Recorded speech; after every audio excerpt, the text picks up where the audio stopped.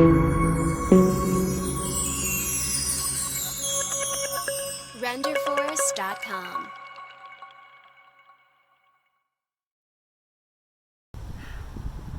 Hi all, I'm Trisha Peach, host of the Peach Buzz, and this is a very special edition today.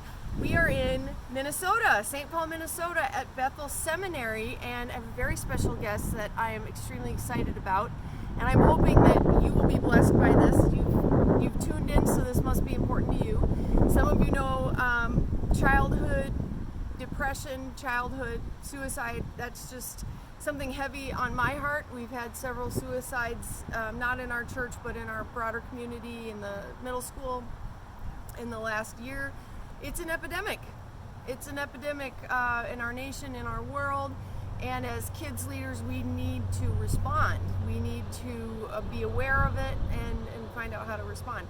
So I've met Paula before at CPC conference in Orlando, yes. And shout out to Denise Keesbo, Dr. Keesbo. And Dr. Deb. And Dr. Deb! Because they were our teachers here at Bethel. Yep. And we're here now, both of us in a doctorate program. And we actually have the same class together, which is really cool. What a joy. Yes. So fun. We're even in the dorms here. I'm in the dorms, just like when I was in my undergrad. Brick walls, friends. Yes, I know. Woo! I wanted you, Paula, if you could tell them, kind of introduce yourself and kind of what you do in your ministry. Sure. So my name is Paula Mazzo.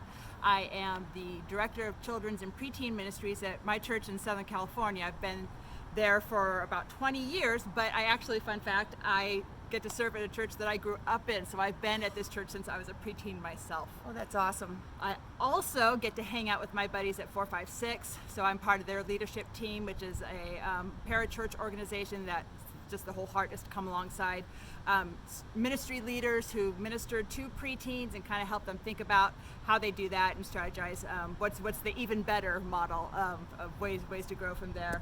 And then I also am the founder of Preteen Mental Health, and if you go to preteenmentalhealth.com, you'll see some resources. I'm not selling anything. I'm just trying to provide a hub and a space for people to figure out maybe some next steps when it comes to serving families who are really wrestling with the wellness of their preteens. So that's my heartbeat. Oh, that's so awesome. That is just amazing. I'm so thankful that you're serving in your calling, because it's such an important field right now. I was wondering if you could just describe for us, give us a couple statistics on how bad is this right now. I know, like I gave it's an anecdotal example that we've had several suicides in the town that I'm from in Wisconsin. What do you know about this crisis as far as young suicides and youth depression? Yeah, so the statistics that I first came familiar with actually were from before COVID, before quarantine. And so anything that you hear me say now has actually been exacerbated by this long, weird season, unique season that we've all been in together. So the first thing you need to know is that 1 of 5 people who exist in the world, so just think of all the people in all the land, 1 of 5 of them will experience sometime in their life some sort of mental health crisis. And I believe, and always check my facts, friends, but I believe that the statistic says they will develop some sort of diagnosable mental illness. So 1 in 5 people that exist. So that's one statistic to keep in mind. Another one is that of all the people that will develop some sort of mental illness over the course of their lifetime, will start showing symptoms. 50% of those people will start showing symptoms before the age of 14. Wow, so that's in the ministry you are in. So maybe up to 1/5 of them or more will develop a mental health issue in their lifetime. Yes. And this should not be this shouldn't blow our minds, because we don't have a problem with physical issues. Right. If I were to tell you that 1 in 5 people will develop cancer in their lifetime, you'd be like, yeah, that's probably true. But we say 1 in 5 people will develop a mental health issue, and we think, well, that can't be right. I think it's spot on, and half of them are going to start showing those symptoms in your ministry, Yes. your Sunday school class. Absolutely. Yeah, and the plot thickens even from there. So guess what the average delay of treatment is for people from the onset of symptoms to actual treatment. And this is an average. And I don't know if this is a global average, but I do know that this is an average in the United States. Any guesses?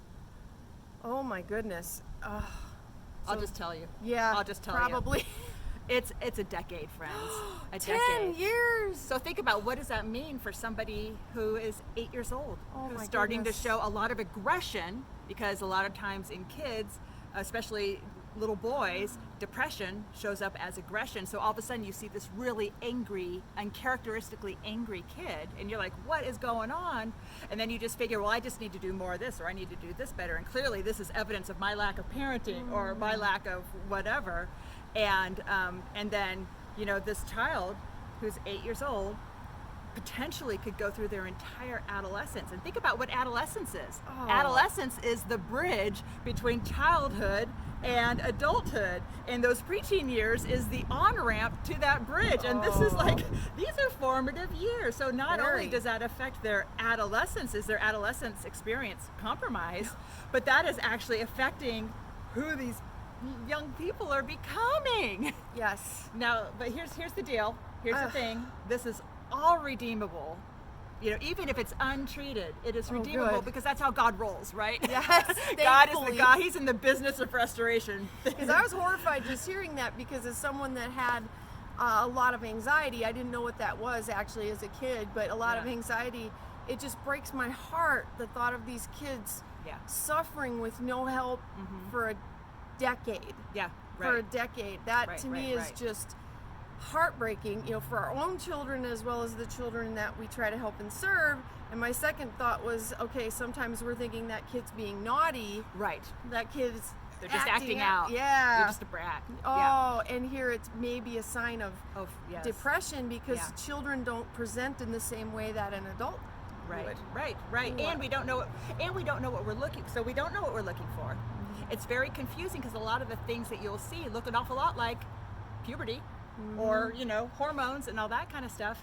And then on top of that, if we ourselves as adults have not done the work in our own lives, how can we possibly help our kids, guide our kids on this journey? So not only is this important for our family units, but as ministers, we ourselves have to do our best to bring our best, because what we are bringing to the table affects the environment that our kids are growing up in. It's a pretty big deal. I've got another statistic for you. Yes. And it's not making things any better. Uh-oh. Again, this is pre-COVID. So this is a statistic that the CDC came out with actually in October of 2019. And they had done a study going all the way back to 2007, or actually before 2007, but what they had discovered was, in 2007, suicide rates of adolescents, so this is, I believe they were classifying as children between the ages of 10 and 14, again, fact check that, but I know it was under 14, I think it was 10 to 14, that the suicide rates were going down in 2007. And yay, that's Yay. good news, right? Yay. Let's celebrate. But from 2007 until 2017, they took a sharp turn back upwards. No. And not only did they increase, but those rates tripled. Oh my gosh. Yeah, and when those results were coming in, when they were, kind of finishing up this study, the rate at which that increase was increasing. Oh no. It was still increasing. Oh, and this is still pre-COVID. This is pre-COVID, and so now we have all these families who are who have all these little mice, right? Whatever our little mice are, we all have mice in our lives that are our things that we're wrestling with. Well, now all of a sudden those mice are turned into elephants. Oh. And I'll tell you, every single mental health provider I know, and I know a lot, have just been so overwhelmed by the need, pediatric, adult, all around. The need has just been unbelievable. I totally it makes sense to me. Not one person I've ever met in my entire life has said, my favorite time of my life was middle school. No, they usually call it just a horror show. Yeah. And then you add this on top of it, the problems with COVID, the isolation. I've heard a lot of middle schoolers tell me, I feel so isolated. I've been so cut off from my friends, and will they still be my friends now? Yeah, right. Do I have any friends left? And I personally, I'm just being honest here, it's hard for me to imagine a child of 7th grade, 8th grade saying, there's no hope, there's nothing else to live for, this is it. But yet that's what's happening. And honestly, sometimes it's even before 7th grade. I mean, we had a 6th grader in our community take his life, and it's just, you know, these kids who are burdened with information that they're not developmentally wired to process, and in a season of extreme loneliness. And again, that season started long before COVID. You know, as soon as social media and the like button, you know, came into place. Now there. It used to be that kids were getting the most of their, or preteens at least, were getting most of their information through play and are interacting with their peers in person. But now they're starting. They have been getting information, taking in information as they're searching for their identity through social media, through just pop culture, through all sorts of places that don't necessarily have their best in mind for them. And it's so teaching kids at an early age, not in a reactive space, you know, at their late teens, but in a proactive space, to normalize the full range of emotions, to learn to just normalize, I'm angry, that's okay, let's sit with that for a second, or whatever, you know, whatever that is, help build emotion or build vocabulary around emotions, to help them learn some stress tolerance. Kids don't know how to handle stress. The suicide that I have personally been affected by, and I hate that that's plural, and I hate that it goes beyond my two hands of how many people I've known and loved who have died by suicide. So many of those cases are kids who got to a point where they couldn't see, they got stuck in something and couldn't see past it, or didn't have the skills to navigate beyond the thing that was happening in front of them. And it just doesn't have to be that way. So they're lacking in coping skills, lacking in ability to handle stress, those tools, may not know how to honor the different stages of emotions. You know, these are bad emotions, these are good emotions. I found a lot of middle schoolers think they're the only one, or that there's so much loneliness. I'm so depressed, but everybody else is happy because all they see is social media. Well, we want to present our happiest selves. We don't normalize the muck. Right? And even the church so often gives off the impression that we've got to get it together so we can go to church, right? Which is so not that's like the antithesis. Well, it's the antithesis of, you know, the church by design is the place where we can be together in a safe community, and it's safe because it's a place where we can be real and authentic and process and just kind of really bear each other's burdens in a way that's loving and builds each other up. Not hiding. Right.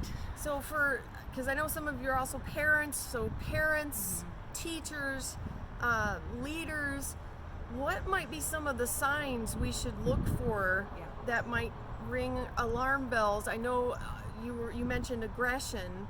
What might be some of the other signs that something may be wrong here? So you know, you expect moodiness as kids are moving towards adolescence, and all throughout adolescence and the preteen years, there's lots of tension and lots of ups and downs and big everything, big happy, big sad, you know, that's all normal. But when you find a child is stuck in emotion and can't really get past it, and kind of have there's not a timeline, but kind of have 2 weeks in the back of your mind, as that's kind of a marker when, you know, 2 entire weeks have gone by and they're still just stuck in this place. It's not necessarily a cry for help, but it is a moment to stop and maybe ask some different questions.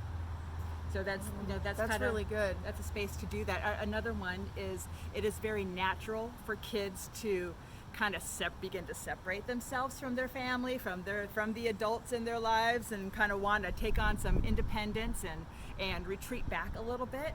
But when they do that in a way that maybe starts to feel secretive, or their interests change, that they start losing interest in things they used to be interested in, totally normal. That's like, you would They got expect that. older. Right. Of course they're not going to play with Barbies forever. Well, or whatever. Legos. Well, I still play with Legos. So Trying to stop, but yeah. But here's here's the kicker is that when they are letting go of interests, but not replacing them with something else, ooh, they're just not being replaced. They're just now just letting go of interests, and that's kind of where it lands.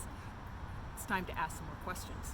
oh, Yeah. that's really good. So I hope you guys caught that. If they're stuck in one emotion for 2 weeks or more, they're just getting rid of all of their interests without replacing them with anything else.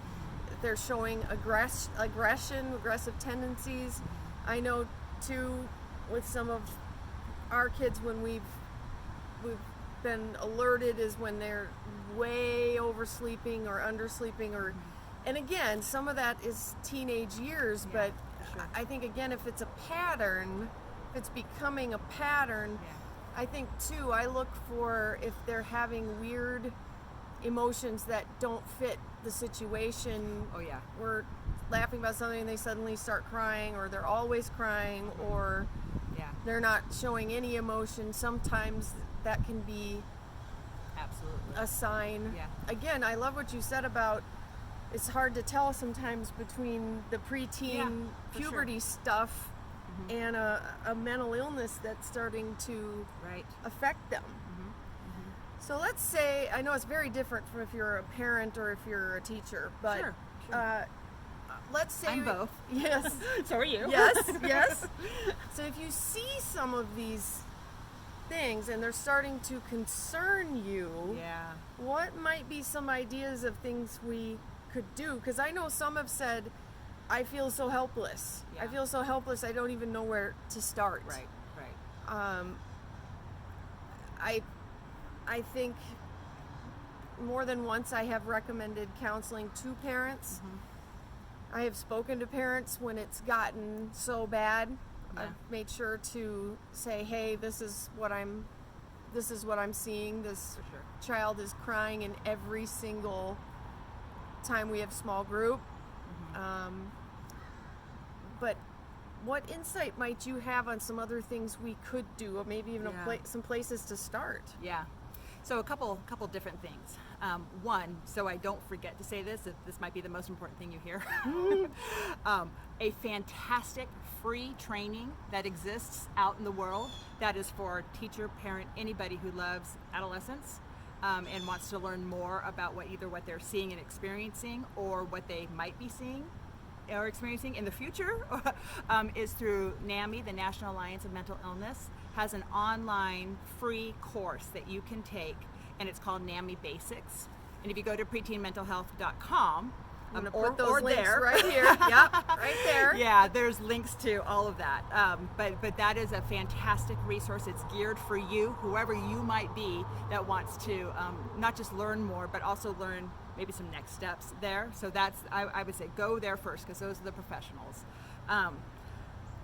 One of the biggest things I would recommend whether you are a parent or a ministry leader, is to really focus on the relationship. So if you're a ministry leader, the more that you can get to know the families as a whole, the more insight you'll get, and the more trust you will build in being able to ask maybe some deeper questions, or kind of help come alongside families with that. If you're a parent and you're starting to notice some things with your kids, I would put a big emphasis not so much on pointing out the things that you're noticing, but just spending time hanging out with your kid with no agenda. Plop yourself in their room. They may not want you there, but just plop yourself in there. If they're not coming out of your room, their rooms, plop yourself in there and just hang out. What are you up to? What are you thinking about these days? Yeah, what's new? What are you inspired, or whatever it is, but just kind of what's on your brain? What are you thinking about today? Or anything, but just steady drips, of, hey, I see you. Hey, what are you up to? Hey, you're pretty cool. I want to hear more about that. Starts to build that The trust. You got a little fluff. I've got a fluff that just flew into my hair. Flying all over the place here. It wants me. Well, and I love what you said there, because I'm just thinking out loud that it's probably not a good idea for any kid, but especially one that's possibly facing depression, or to have tons and tons of alone time just sitting in their room alone with their thoughts. Right. And countless hours on social media. I don't think that would be a positive. Usually when they want to retreat is when they most need that relationship, somebody to bust in their room and say, hey, what's going on? That's true. And on the opposite side of that, kids that seem to avoid being alone like the plague, there's also questions to be had there. If we are constantly filling and blocking, and sometimes those quiet spaces are the scariest. And so that's another place to wonder about. So building relationships with your families, building relationships with those kids. Again, some of them we can come on pretty. I know that I have a big personality, so I know that I have a tendency to come on strong. So I've got to reel that back and remember the importance and the value of a steady drip over time. Of it just sometimes it's just eye contact, and then building off, from eye contact to, hey, how you doing? Oh, you're here. I'm so glad you're here. Oh my goodness, you're here again. That's so great. What did you do this weekend? Oh, you're back. That's so awesome. What are you thinking about today? Just that week to week to week, just building and building and building. Those relationships go a long way before you need it. I'm a big fan of putting things into place before you need them.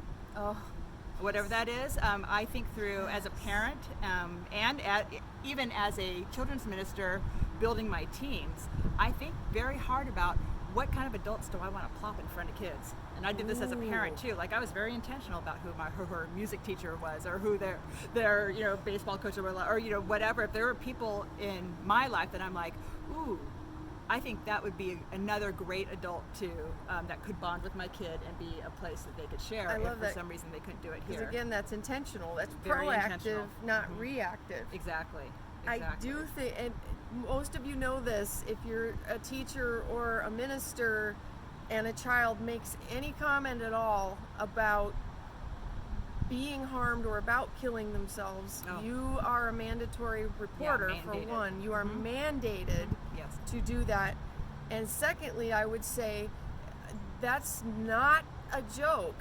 I usually, if they're saying it, they're thinking about it. And even if they don't have a plan, the thoughts themselves tell a story.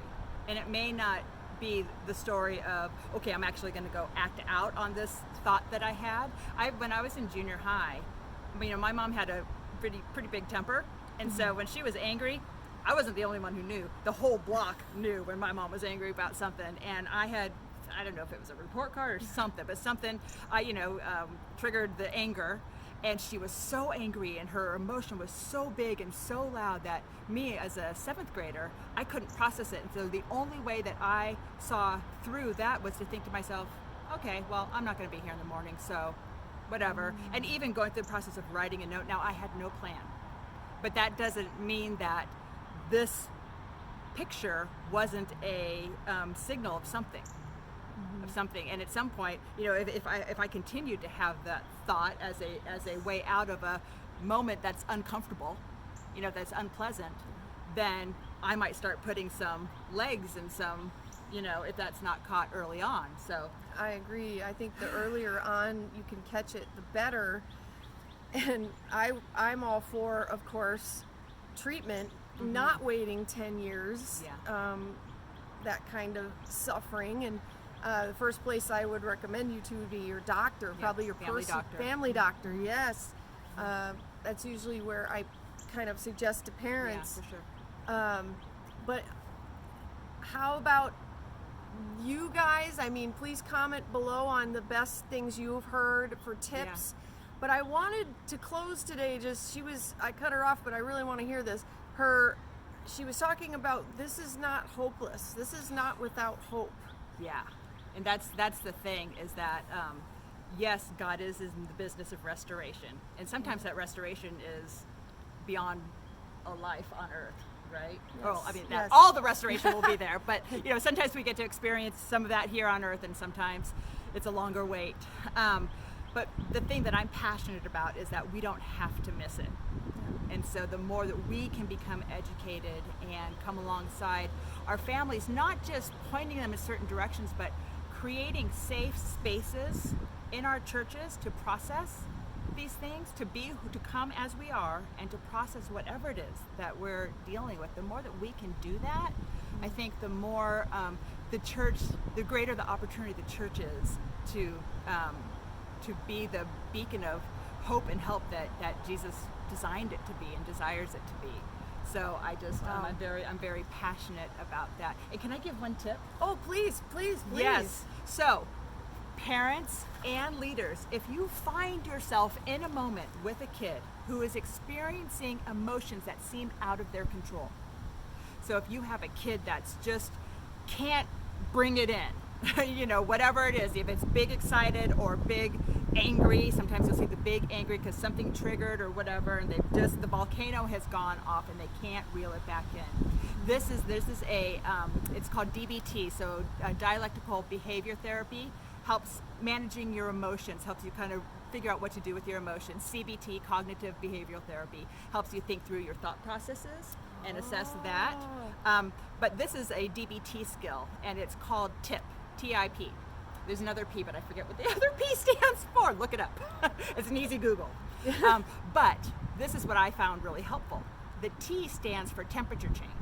So anything that you can do to give kind of a jolt to your temperature. For my youngest daughter is bipolar, and so for her, ice cubes are really helpful. So if the volcano has gone off and she is not in control anymore, sometimes I have to kind of sneak ice cubes into her hands or put an ice pack on the back of her neck, and then to kind of keep it there for up to 3 minutes, 2 to 3 minutes. That part's kind of tricky. Sometimes it's an ice bath or something, for your feet. Or maybe it's something really, really as hot as you can stand it. So as cold as you can stand it or hot as you can stand it. That's something that can kind of press the reset button on that big emotion. So that's T. T is for temperature change. T is for temperature change. I is for intense exercise. And we have had family therapy sessions where our whole family is doing jumping jacks for 2 minutes just to try to get out of this place that we've all found ourselves stuck in. Oh my goodness. Sometimes for kids, if I notice one kid is kind of having a moment, I'll create a game that we're all going to do in ministry together, and say nothing about this kid, but just say, hey, I think it's time for a break. All right, I want everyone to go run and touch that thing way over there and go touch it and then come right back. And then they'll do that. They will go, I'm in Southern California, so we get to run around outside. So I'll say, all right, I want you to run to that corner and touch that statue and then come back. And, the first 5 back get snack first or whatever. And so they're just like, yeah! And they are hustling. And getting that intense exercise will kind of help, or running up and down the stairs or whatever it is. So T, temperature change. I for intense exercise. P is for pulsed breathing. So I like to call it box breathing. So you think in terms of, there's 4 sections of that. So you breathe in, hold it, breathe out, hold it. And you just kind of do that in a rhythm. So hold, hold, hold, hold. Oh, that's nice. Yeah, isn't that lovely? But you kind of do that for a little while, and if you can do it to a count of 4, breathe out 4, hold 4, breathe in 4. So but it's the rhythm. It doesn't really matter what the rhythm is. The key is the rhythm itself. When I read somewhere that can activate your sympathetic nervous system and kind of, like you said, a reset. I press the reboot button. Yeah, for sure. For sure. Yeah, and then the other P, again, I forget what the phrasing is, but it's ultimately it's the flexing your muscles, where you start at your toes and then you just you squeeze your toes as tight as you can, and then you release, and then you squeeze the top of your feet as tight as you can, and then you release, and then you just kind of muscle by muscle work your way all the way up your body. You're doing it right now. Yeah, good, I'm doing it right now. Good. Yep. Okay. We'll all know when she gets to her face. It'll Yeah. be fun. Yeah. Yeah, squeeze your eyebrows. Squeeze your eyebrow. Yeah, squeeze your tongue. Yeah, how does that work? Yeah, so anyhow, that's TIP, and that's an easy Google. If you type in that's TIPP, which as initials, you'll get all sorts. You'll get more information than you asked for. So you've got temperature change, intense exercise, pulse breathing, which is like the box breathing, and then the last P, which is tensing your muscles one at a time and then releasing them. Yeah, I know if my kids are watching this, they're like screaming what that is because they all know. Oh my goodness, that's fantastic. Yeah.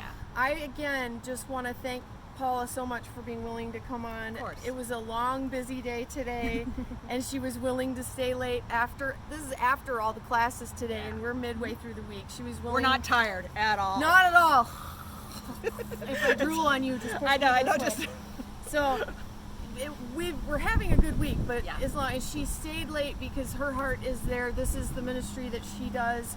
And if you have questions, I think she'd be okay with you reaching out to her. Totally. If you go to the website, there's a place where you can reach out. Please do, because I think if you have questions, that's fantastic. I hope, awareness is important, that you are aware of what's going on with our kids. Feel free to comment down below. I read all of them. Be sure to like and subscribe. Thank you again for all you do for Jesus and his kids. Have a wonderful, blessed week.